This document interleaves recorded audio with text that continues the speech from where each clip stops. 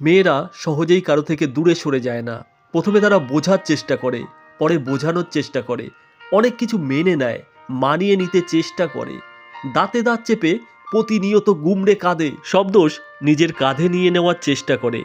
তারপরেও যদি বিপরীত পাশের মানুষটা না নিজেকে শুধরায়, ঠিক তখনই মেয়েরা দূরত্ব তৈরি করতে থাকে, ঘৃণা করতে থাকে, আর নিজেকে সময়ের সাথে সাথে বদলে নিতে থাকে।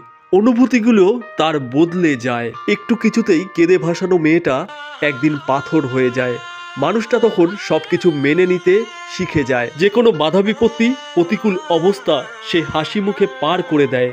ভেঙে পড়া মানুষটার নিজেকে নিজের পায়ে শক্ত করে দাঁড় করায়, একা একা সামনের দিকে এগিয়ে যায়, নিজের লক্ষ্য স্থির করতে শিখে যায়। তারা তখন নিজেকে বুঝিয়ে নিতে শিখে যায়।